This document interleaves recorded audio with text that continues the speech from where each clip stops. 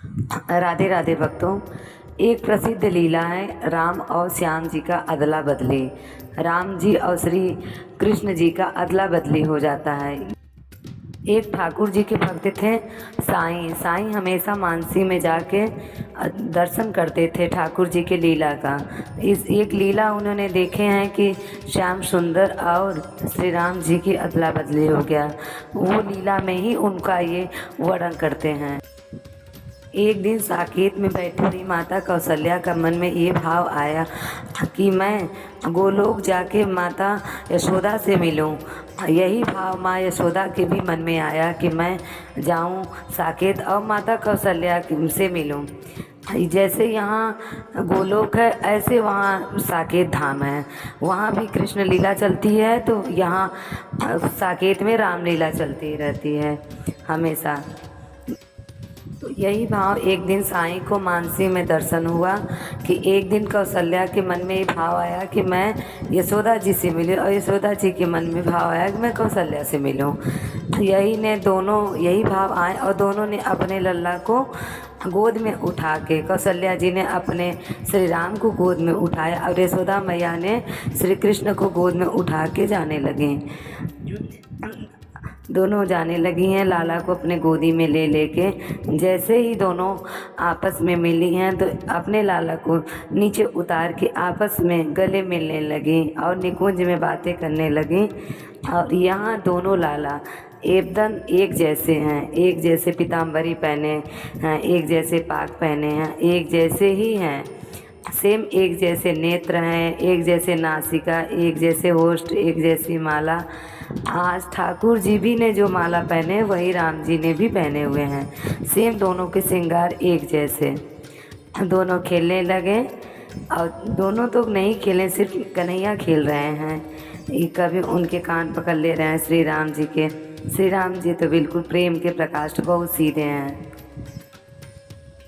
ऐसे ही लीला चलन लगी। उतने में ही शाम हो गई। शाम होते ही कौशल्या बोली कि अच्छा बहन मैं अब चल रही हूँ, अब फिर शाम को मिलूँगी। यशोदा मैया भी बोली कि हाँ चलो, मैं भी अब जाके मैं भी लाला को भोग लगाने हैं, मैं भी उनको कुछ पवाना भी है।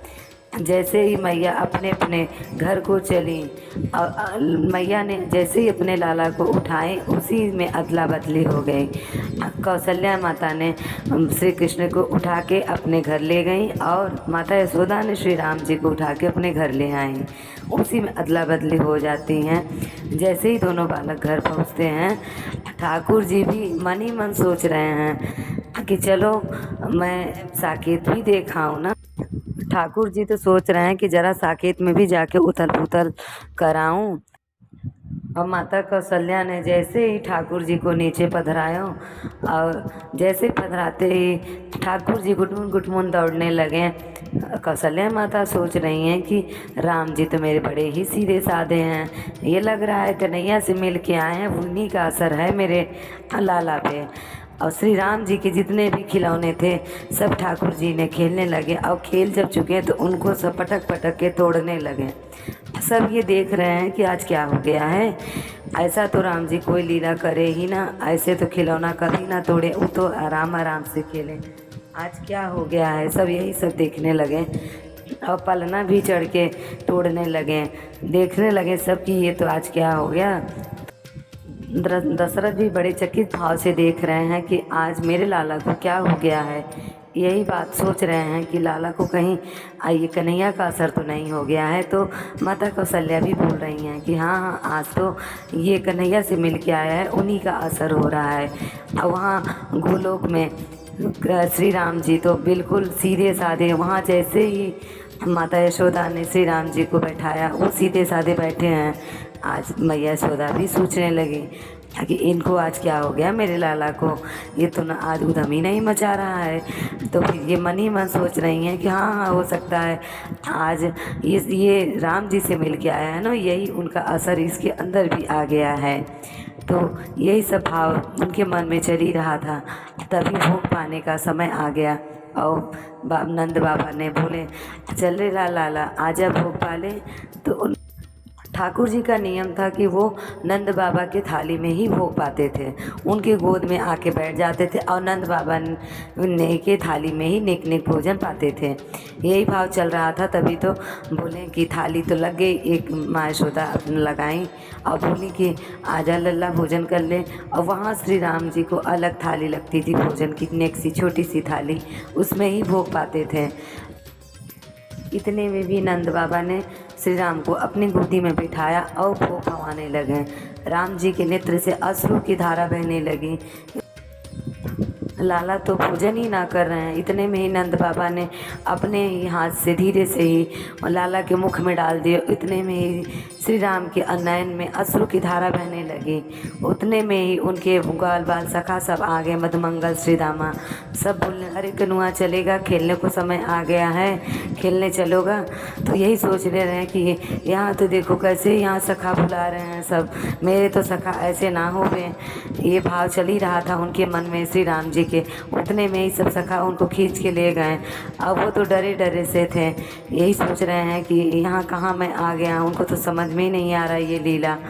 फिर वहाँ भी श्री कृष्ण को भूख भी पाल लगी है बड़ी तेज़ी से, और उनकी भी थाली लगी एक नेक सी। श्री राम जी के नियम था उनके अलग थाली लगते थे, उनकी एक अलग थाली लगी और दशरथ जी के भी अलग एक थाली लगी। लेकिन वो अपनी थाली को पीछे करके बाबा की गोद में जाके बैठ गए। बाबा बड़े प्रसन्न हो गए कि आज तो क्या हो गया मेरे लाला को। उनकी भी खुशी का ठिकाना ना रहा।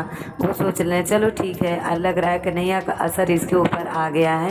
तो फिर वो गोदी में ले लिए और गोदी में लिए बोले, कन्हैया बोले कि ठीक है बाबा खिलाएगा मुझे भी।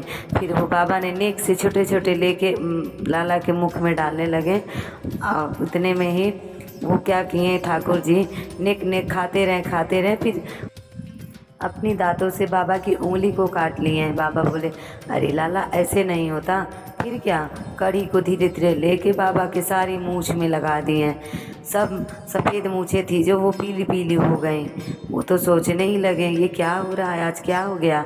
उतने में ही उनके सब श्री राम जी के सब सखा आ गए। बोले चलो खेलने चलोगे सरकार। वो सोच रहे हैं ऐसे तो मुझे कोई ना बुलाया, ना मधुमंगल बुलाया, ना श्री रामा बुलाया, बड़े प्रेम से यहाँ खेलने को भी बुलाया जाता है। वहाँ गए खेलने के, सब आराम आराम से खेल रहे थे। सब कन्हैया बोले यहाँ तो मुझे सुख ही ना मिल रहे हों। फिर क्या अपना उद्यमी चालू कर दिए और सबको एक दूसरे में चोटी बांध दियो और किसी को मुस्टिक मारे, किसी को लात मारे, किसी को उठा के सरजू जी में फेंक दें।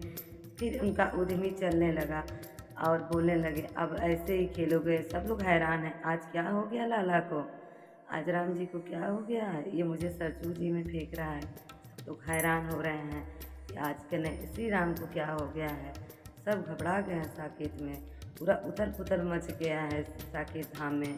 और वहाँ गोलोक धाम में श्री राम जी, वहाँ तो उनके सब परेशान कर दिए श्री रामा मधुमंगल ने ही। यही भाव चलते रहे। इतने में ही समझ गई यशोदा मैया कि ये तो कौशल्या जी के लाला आ गए हों मेरे साथ, मैया इन्हें वापस करा। ये तो सब मधुमंगल श्री रामा बोलने लगी। यशोदा मैया सोचने लगे कि मुझे यहाँ की चिंता नहीं है, मुझे तो वहाँ की साकेत की चिंता हो रही है कि वहाँ क्या बवाल हो रहे होंगे। यहाँ के बंदर वहाँ पहुँच गए साकेत धाम में। माता यशोदा ने श्री राम जी को गोदी में उठाई और लेके चलने लगी। उधर से कौशल्या माता जी श्री ठाकुर जी को उठा के अपनी गोद में लेके आई और दोनों माताएं के बीच में ही मिल गईं और अपने अपने लाला को ले जाके नीचे उतारी और बोली लो बहन अपनी लाला लो। यशोदा मैया भी बोली कि हाँ बहन अपनी लाला लो। बोली ये लाला तो मेरे साकेत में पूरा उथल पुथल मचा दिए हुए। तो ये भी बोली कि ये अपना लाला लो, काठ की पुतली जैसा है, ये तो उसको ना बोलने आता है ना डुलने आता है। वहाँ के इनके सखा सब परेशान हो गए हैं। ये कन्हैया बोली हाँ हाँ ये भी तो एक बंदर ही है वृंदावन का। फिर दोनों माताएं ने अपने अपने घर को आई और ठाकुर जी ने श्री साकेत धाम में जाके इतना उथल पुथल मचाया कि सब सोचने लगे आयो रे तो ठाकुर कितने उद्यमी हैं, मेरे तो राम जी कितने भोले भाले सीधे हैं। सब तो वहाँ झेल ही ना पाए ठाकुर जी को। यही लीला सुन के बड़े हुई आनंद आ गए सबको। राधे राधे, जय श्री कृष्णा, हरि बोल।